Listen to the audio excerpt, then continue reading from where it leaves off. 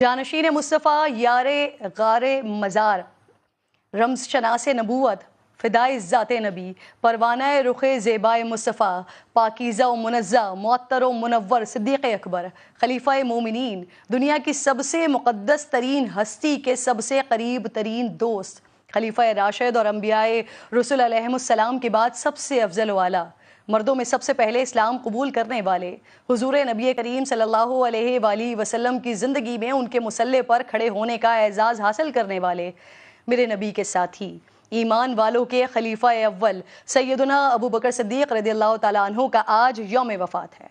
हुजूर नबी करीम सल्लल्लाहु अलैहि वसल्लम ने इरशाद फरमाया, अगर मैं किसी को अपना खलील बनाता तो वो अबू बकर को बनाता, लेकिन वो मेरे भाई और मेरे साथी हैं।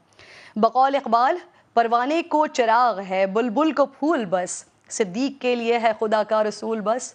हुजूर नबी करीम सल्लल्लाहु अलैहि वसल्लम ने फरमाया कि अल्लाह ने मुझे तुम्हारी तरफ मबूस फरमाया तो तुम लोगों ने कहा कि झूठ कहते हो। सिर्फ अबू बकर ने कहा कि आप सच्चे हैं। यही नहीं, अबू बकर ने अपनी जान और माल से मेरी मदद की। जब हक का इजहार मुश्किल हो रहा था तब अबू बकर ही थे जिन्होंने सरेआम ऐलान हक किया। हज़रत अबू बकर सिद्दीक़ रज़ियल्लाहु ताला अन्हु ने नबी से इतनी मोहब्बत की कि उम्र भी उतनी ही पाई, यानी 63 साल।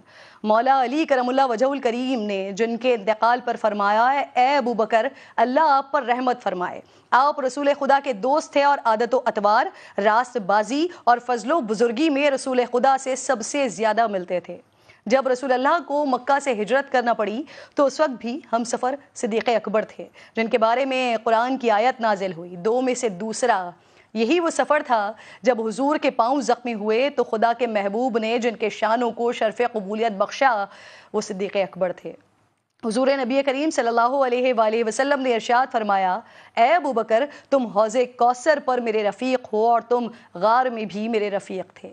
हमने नाज़रीन पाकिस्तान का नाम इस्लामी जमहूरिया पाकिस्तान रखा, हमने पाकिस्तान को मदीना सानी कहा, ये रियासत ला इलाहा की बुनियाद पर कायम की, लेकिन क्या हमने इस्लामी रियासत के चमकते सितारों से कुछ सीखा? क्या ज़रा बराबर भी निज़ाम हुकूमत में हमें उनके दौर की शबीह नज़र आती है? क्या हमारे हुक्मरानों ने सिद्दीक़ अकबर की तरह अपना वजीफ़ा मज़दूर के वजीफ़े के बराबर मुकर्रर किया? क्या सिद्दीक़ अकबर की तरह हमारे हुक्मरान इक़्तिदार में आकर अपना कारोबार बंद करने को तैयार हैं? क्या हमारे हुक्मरान सिद्दीक़ अकबर की तरह ख़ुद को एहतिसाब के लिए पेश करने को तैयार हैं? क्या हमने सूद की लानत को ख़त्म करके ज़कात का निज़ाम दुरुस्त अंदाज में राइज किया? क्या हम सिद्दीक़ अकबर को मानते हैं? जी हाँ, मानते हैं, लेकिन उनकी नहीं मानते। हुक्मरान से लेकर रेड़ी बांध तक उनकी तारीफ करता है, ताज़ीम करता है, लेकिन तकलीद करने को तैयार नहीं है।